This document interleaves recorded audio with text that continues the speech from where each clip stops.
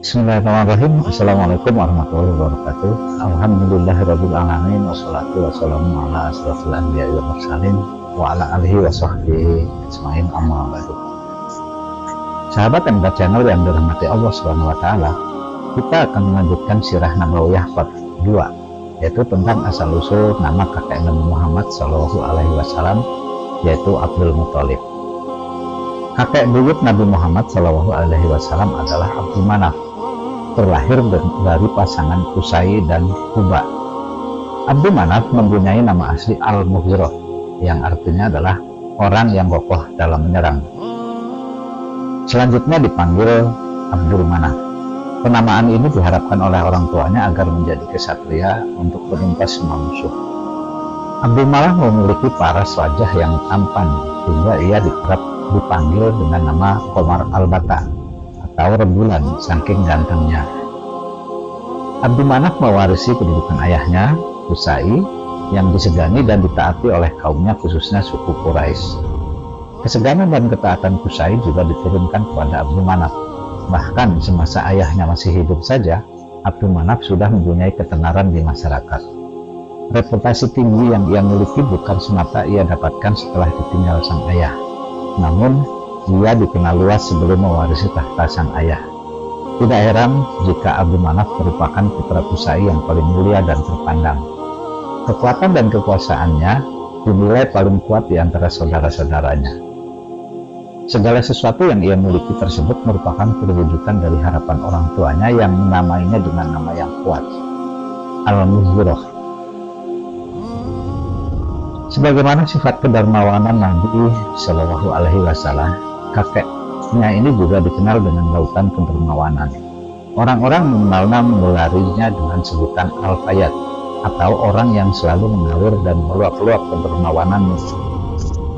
Bahkan tidak jarang ia memberikan izin tinggal di Mekah bagi siapapun yang tidak punya tempat tinggal. Mereka diberi tanah untuk meramaikan sekaligus memakmurkan tanah suci Mekah. Abdul Manaf lah orang yang menyimpan busur panah kakeknya, Nabi Ismail alaihissalam. Selain itu, Abdul Manaf juga masih menyimpan bendera panji kakeknya yang bernama Nizar. Jauh sebelum cucunya, Nabi besar Muhammad Shallallahu alaihi wasallam menyeru untuk berakhlak mulia dan menebarkan silaturahmi. Abdul Manaf telah mengampanyakannya di tengah-tengah masyarakat Quraisy. Dari 3 istrinya, Abdul Manaf mempunyai putra sebagai berikut: Amr atau lebih dikenal dengan Hashim, yang merupakan saudara kembar dengan Abu Sam, kemudian Al-Muthalib, dan yang keempat adalah Naufal. Abdul Manaf mematuhi keinginan ayahnya, Qusay, untuk memilih kakaknya Abu Dar sebagai pemimpin kota Mekah dan penjaga Ka'bah. Tetapi pada generasi berikutnya, separuh kaum Quraisy berdiri di belakang putra Abdul Manaf, yaitu Hashim, yang merupakan lelaki yang paling terkemuka saat itu, dan menuntut agar pemerintahan dialihkan dari Bani Abdul Dar ke Bani Abdul Manaf. Mereka yang mendukung Hashim dan saudara-saudaranya itu adalah dari Bani Zuhrah, Bani Taim, dan seluruh keturunan anak Qusay selain dari anak pertama, Bani Ma'zum, dan sepupu yang lebih jauh menerima pemerintahan Bani Abdul Dar. Akhirnya, kekuasaan tersebut dibagi dengan Bani Abdul Manaf yang didukung Hashim berhak menetapkan pajak serta menyediakan makanan dan minuman bagi para jemaah haji, dan keturunan Abdul Dar, yaitu Bani Abdul Dar, berhak memegang kunci Ka'bah dan hak-hak mereka yang lain, dan tempat tinggal mereka harus diteruskan fungsinya sebagai Darul An-Nadwah atau rumah majelis. Asal-usul nama Abdul Muthalib atau kakek dari Nabi Muhammad Shallallahu alaihi wasallam.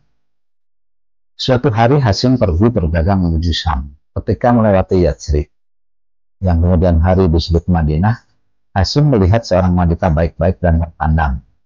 "Siapakah wanita itu?" tanya Hashim kepada orang-orang Yatsrib. "Dia adalah Salma binti Amr. Suaminya telah tiada dan kini dia seorang janda." Mendengar itu, Hashim melamar Salma dan Salma pun menerimanya.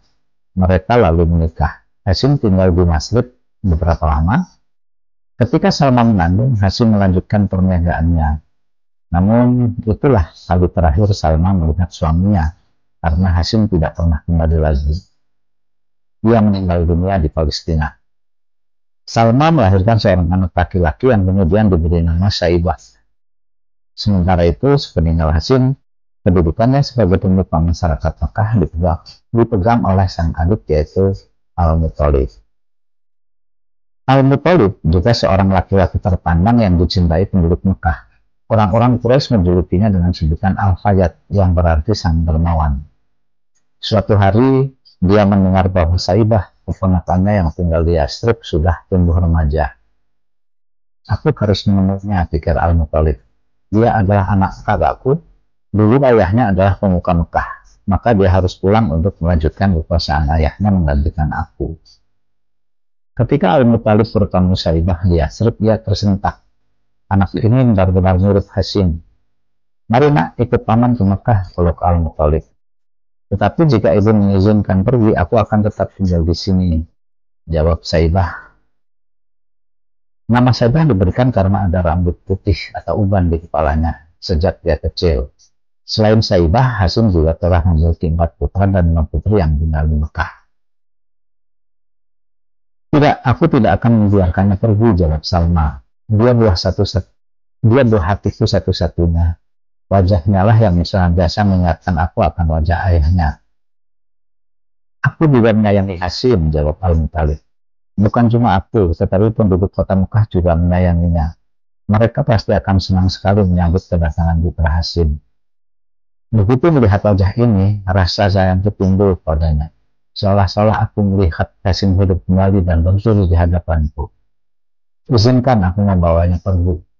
Sesungguhnya Mekah adalah kerajaan ayahnya dan Mekah adalah tanah suci yang dicintai oleh seluruh bangsa Arab. Tidaklah pantas putramu pergi ke sana dan melanjutkan pemerintahan ayahnya. Salma memandang Saibah dengan mata berkaca-kaca. Hatinya ingin agar putra satu-satunya tetap tinggal di sisinya.